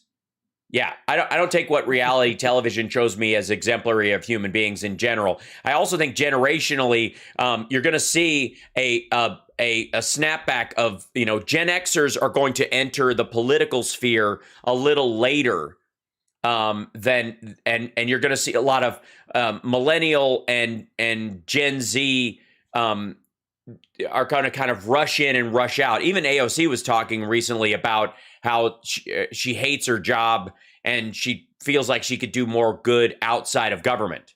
And she ran in an easy district. Like, she's got a layup re-election. Yeah. So if she's saying that, that's indicative of that generation's sort of fortitude about getting done what they need to get done. And the problem with a revolutionary generation is that a lot of times they don't have the long slog mentality that's required to get the stuff on the board and keep making progress over time. Whereas Gen Xers, quite frankly, materially kind of do. A lot of latchkey kids, a lot of self-starters in that crowd. So you very well may see them entering the process later. Yeah. But we also have, again, most of what America is going to be dealing with as far as, aging populace is going to shift how we live anyways.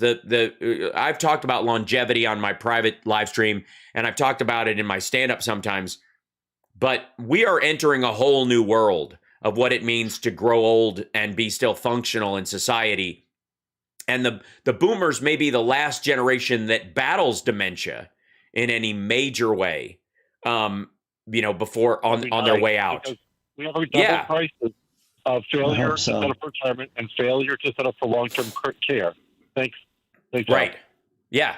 Appreciate it. No, I appreciate the call. And again, the person, woman, man, camera, TV test that Trump was patting himself on the back for passing midway through his presidency would have probably been one of the things to add to the list that Hillary and her campaign thought would discredit him and disqualify him in the first place. Right.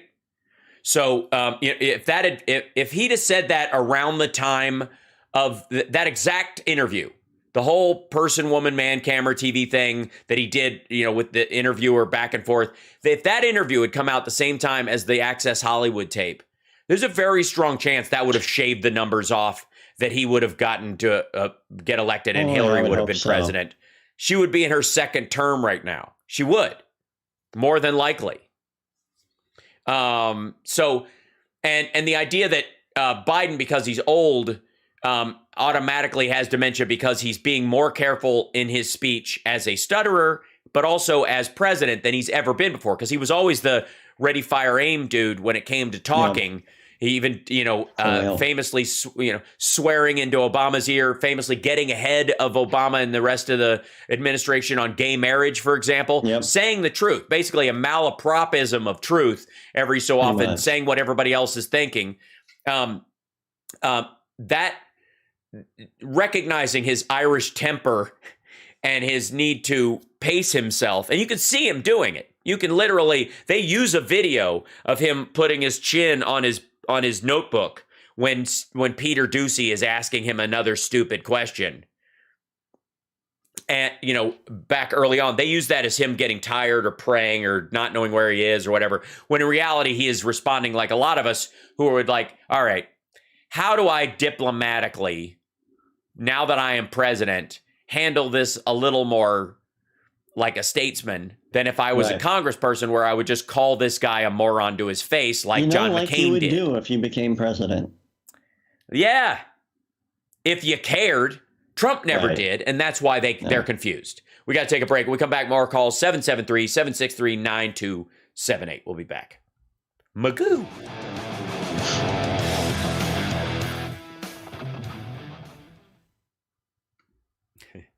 Magoo. What is that, Magoo? That's okay. So, Trump started pushing this thing, "Make America Great Again." MAGA at his thing, remember? Again? Yes, he started saying, "We'll make America great again, but we're gonna have to do it again. So make America great again." And so I was like, it's really make America great over and over, because he's gonna if he got out of office, he'd go, "I need a third term to fix what I didn't get to fix. It was somebody else's fault." So it's just the sales point is make America great over and over is his whole thing, which is a happy ending. No, that's okay, because we're going to take a caller, I think. Thank you. Okay. So I just want them to wear hats that say Magoo on it. And that's that list, that note is from... You want a quick promo, Hal? You got a quick promo, Hal. Welcome back to the Hellsparks Radio Program. Megaworldwide, Chicago Sports Talk, WCPT. Woo! Yeah! I feel like it needed more stuff. De-engineering. There's so much that it could be said. Part of a family that was very well knit. While they drown your endless torment of, what they do, they have an endless list of propaganda and propaganda methods. Assuming you're believing in atmospheric filth. Action replays in magnified fortune. Look, would never, ever, not even possible, have happened if I was president. Indiana Attorney General. Attorney General? Attorney Genitals.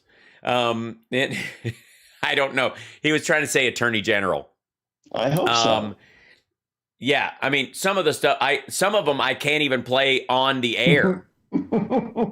He literally, he speaks so poorly so as to be in violation of FCC rules. That's amazing. Yeah, it is. All right, so we have another caller, I'm sure. Chicago, do we have another caller? Yeah. We do. We have Phil from California. Oh, right on. Phil of Knows Russia fame. Is that you, Phil? Yeah. Hey. Yeah. Hey, Al, thanks. Yeah. Hey, so I want to preface this by a couple of things. Firstly, thank you for letting me have an outlet here for the information that I've been gathering. Sure. I was up until 5 a.m. this morning talking to Europe and my sources in Ukraine and some people I talked to about Russia over there. And so I'm a little fuzzy and a little tired. So I tried to take some notes down here because some of the people who listened last time said I was a little too disjointed. So there's a lot of stuff going on. They don't blame you. Yeah. A lot of moving parts. Well, I've been on the phone. Yeah, I've been on the phone, and old journalists don't die; they just fade away. So, sure. Again, thanks for the outlet. I have a couple of talking points here, and you can decide which one you want to discuss. I have some information about Putin. I'd like to discuss the possibility of, if it happens. Well, At this point, Hal, unfortunately, I think we're past if. I think it's going to definitely. And what objectives he might. We've discussed that in the past. But I also have to make a point here as well, while I have the opportunity, is just to understand I have a real love for Ukraine. I've been there many, many times. It's this wonderful country, and one of the wonderful things about it is it doesn't have the split personality of the Russians.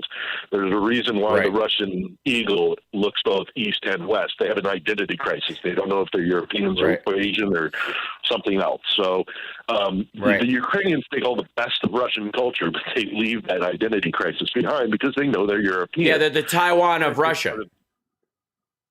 Or what used to be Hong Kong. But yes, absolutely. Absolutely. Yeah. And so I think we have to take that into account, is the fact that one of Putin's strategic issues that I think forced his hand here is he cannot have a successful Ukraine, because if he does, a lot of his own people are going to say, hey, they're basically us. Why can't we have the rule of law? Exactly. Or, functioning middle class. Exactly the same problem that China has with Taiwan, right? Currently. Indeed, and I think also when Biden said a couple days ago, it's been very, very fuzzy. It's been wild this week. Hal, glad you gave me a chance to talk. Sure. When Biden said that he thought that they were going to go for Kiev, I think that's a distinct possibility. I was poo-pooing it before because it's absolute madness.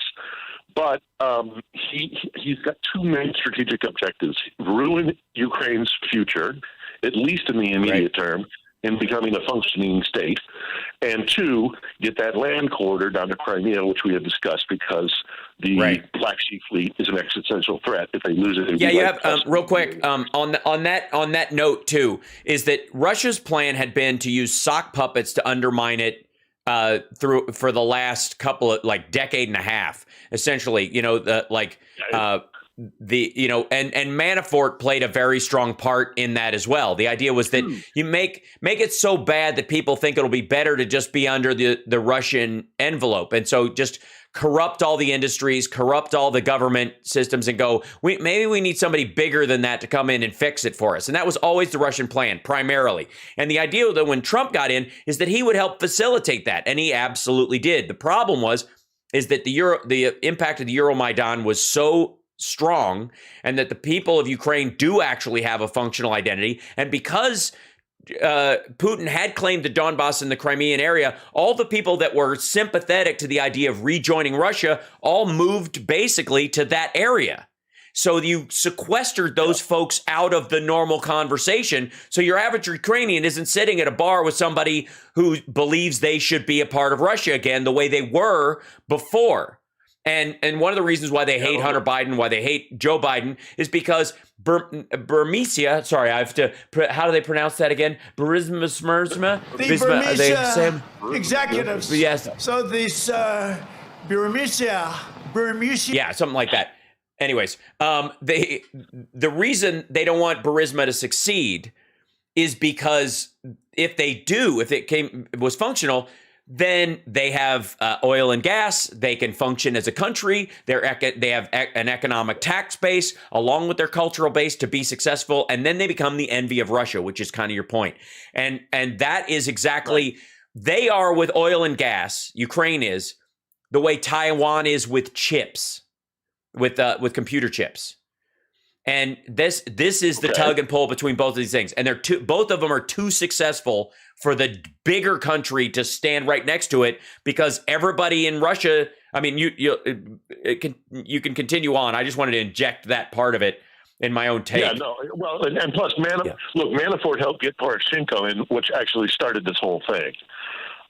Because ultimately, when Poroshenko kind of started to look to side up to the West, and Putin said, no, I'll buy you out, and Poroshenko said, okay, and the Ukrainian people said, hey, wait a minute, we want that trade deal with the European Union. Right. That's what sparked Maidan. So Manafort, you could say, started this entire thing. But we're getting off track, as we often do when it comes to Russia. It is a complicated topic.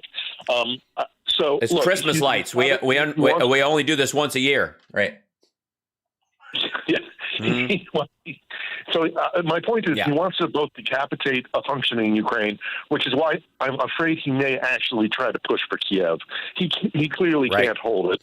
Holding the entire country would be just a bloodbath, a constant bloodbath. It would be just horrific.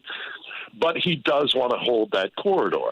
So he's got two strategic objectives that I think he's going for. Talking to my sources and talking to the people who cover this stuff and who are on the ground there.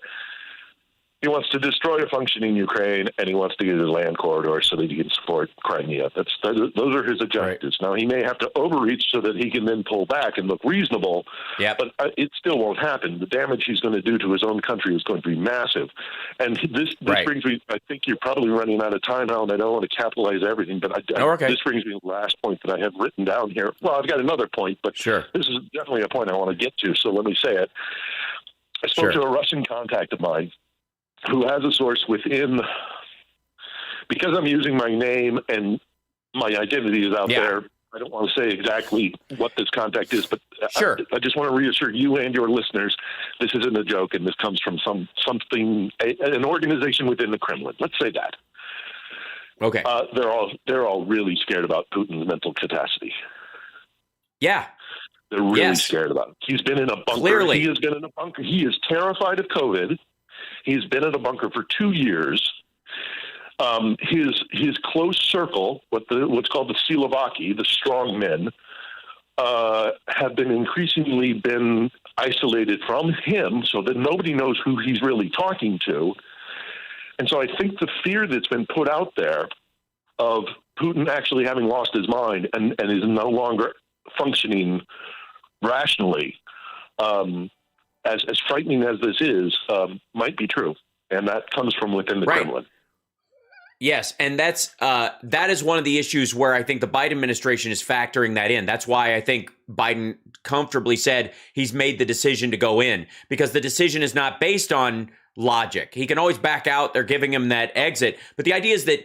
And this goes to the sort of like the metal bar analogy I often use, which is that if you got a bent metal bar stuck in concrete and you want to straighten it out, you have to overbend it so it'll correct back to the center. And there's an element of, I'm sure the military leaders around him are saying we need to push further into Ukraine and then back the part out.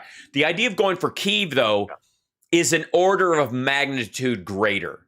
It requires something that will look to the rest of the world like the optional bombing of London in World War II.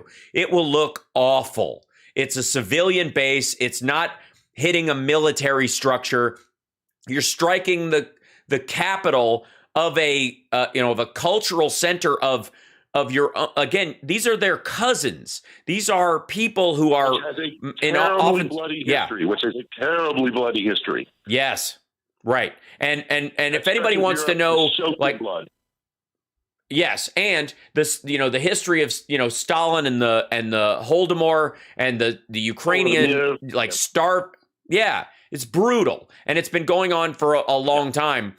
The issue that and I think this gets to we've got 1 minute left, so if you want to jump in here with these. The last little bit, because I can carry this on in my radio show. The rest. That's why Ukrainian women. That's why Ukrainian women are so beautiful. It's because all the men of fighting age of a certain generation were killed. But anyhow, regardless, we need to be concerned. I think Biden has played this masterfully, but unfortunately, I think events on the ground have. He's up against a lunatic, and I think yes. Well, I don't think it's ahead of him. I think you're dealing with a. Yeah. Right. We're out of time. I appreciate the call, Philip. Right. We're out of time, Kev. And I appreciate you calling in. It's great information, and it's right in line with what I've been saying, so I feel kind of good about the information I've been giving out. That helps a lot, I think. Thanks for tuning in. This is Hal Sparks Radio program, Mega Worldwide. We're on every Saturday. Join us. Like, subscribe, support the show in any way you can. Patreon.com/Hal Sparks or Venmo or any of that other stuff just to keep us on the air. We appreciate it. Thanks so much. We'll see you next week. Love you, Johnny Million. You're awesome. Talk to you guys later. Okay, bye.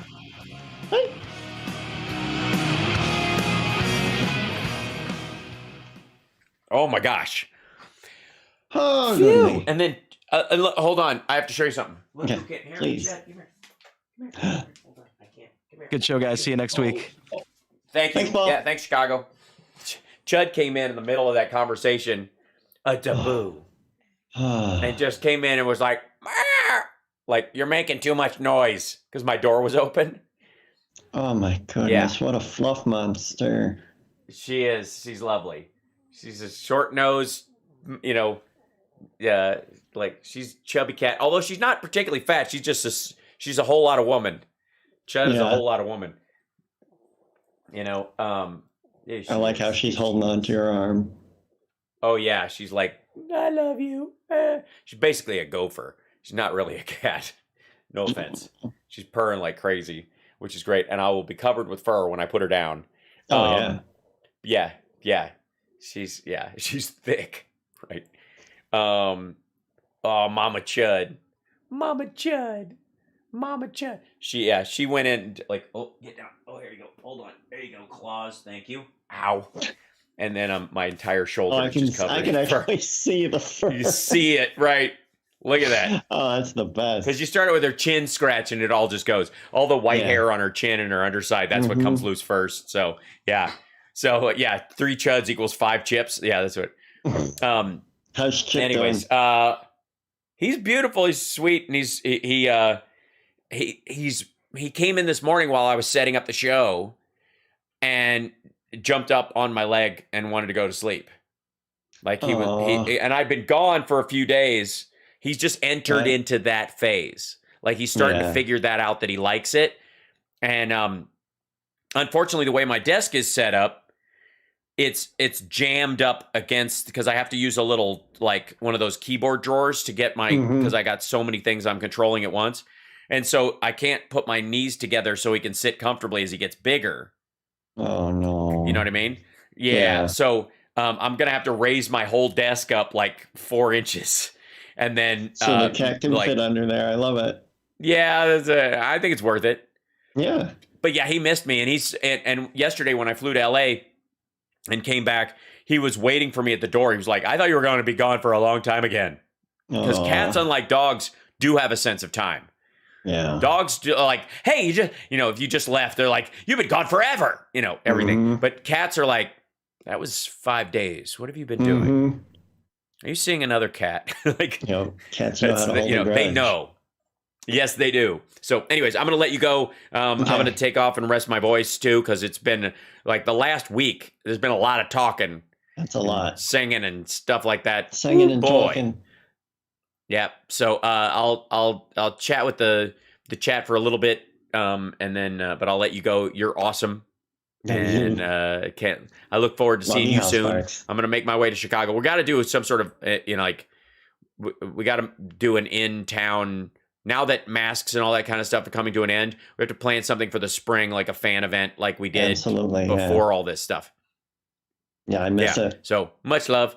Bye. Much love. Bye. Say bye, chat room. Okay, there you go. Bye, chat room. You're free. Okay. So hi chat. There he goes. There goes Johnny. So I'm gonna go rest my voice as well, so I can finally get fully back up and running. Man, burned myself to the ground over the last couple weeks. It's been crazy. And then I've been nasally the last couple of days, probably travel related. The Monsters Rock cruise was awesome. Excuse me. Awesome and a joy and super fun. I talked about it this week on the show, and I have a lot of pictures that we did. I'll Monday for the morning show. I'll show more stuff as well. Do push-ups later. Okay, Ken. I'm sorry. Did I miss a use? Did you use channel points to ask me to do push-ups? Yeah. I heard Putin has Parkinson's. It'd be very bad for a strong man if true. Yes, that's been the belief for quite some time. And there's no reason to believe it's not true. Also, because he's so, as a strong man who believes himself to be macho, any physical weakness is magnified. This is why hippies become yuppies and totally disregard all their economic beliefs. This is why many of your activist class right now, when they get older, are going to be even more jaded and against what they believe, because the snapback on people's belief systems, if they ever reach a point where the truth they believe turned out not to be true, it's, people who lose faith become activist atheists in those moments, because of the people of the deepest faith, because there's no middle ground. They pop over. And that's if you viewed yourself as a strong man, I will do a live one, Hedgehog Wombat. We will do a live CPT stream. Absolutely. Reagan didn't create the yuppies. He was a product of them. But the idea is that the more all in you are in something, is that the minute it doesn't do what you want, revolutionaries become anti-revolutionaries stronger than almost anybody, because they can't pick and choose the smaller part. They're extremists. They view the world through an extremist lens. So once they make the switch, instead of going, gradations, they flip over to screw it. If they don't stay with their original mindset, they go to the exact opposite. And strong men who have this macho view of themselves, who it's that their worth is predicated on their strength or ability to kill someone, or their toughness. Once they start to age, it gets really squirrely. So they will use any other thing that they can to appear tough on that part of it. Or if you watch strong men who are genuinely still strong to some degree, but aren't as strong as they were when they were young, will talk shit about themselves and their own strength and ability. I wish I still had it, even though they could probably squeeze your head, closed. Yeah. So Trump's a nacho man.